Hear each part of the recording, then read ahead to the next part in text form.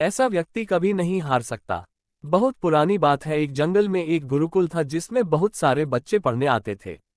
एक बार की बात है, गुरुजी सभी विद्यार्थियों को पढ़ा रहे थे, मगर एक विद्यार्थी ऐसा था जिसे बार बार समझाने पर भी समझ में नहीं आ रहा था। गुरुजी को बहुत तेज से गुस्सा आया और उन्होंने उस विद्यार्थी से कहा, जरा अपनी हथेली तो दिखाओ बेटा।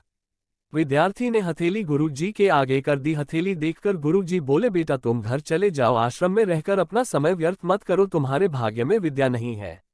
शिष्य ने पूछा, क्यों गुरुजी? गुरुजी ने कहा, तुम्हारे हाथ में विद्या की रेखा नहीं है। गुरुजी ने एक होशियार विद्यार्थी की हथेली उसे दिखाते हुए कहा, यह देखो, यह है विद्या की रेखा, यह तुम्हारे हाथ में नहीं है, इसलिए तुम समय नष्ट ना करो और घर चले जाओ और वहां अपना कोई और काम देखो।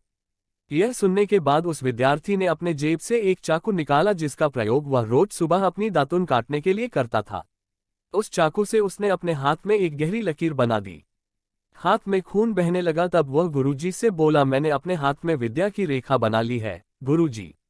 यह देखकर गुरुजी द्रवित हो गए और उन्होंने उस विद्यार्थी को गले से लगा लिया। गुरुजी बोले, बेटा तुम्हें विद्या सीखने से कोई ताकत नहीं रोक सकती है, दृढ़ निश्चय और परिश्रम हाथ की रेखाओं को ही बदल देती है।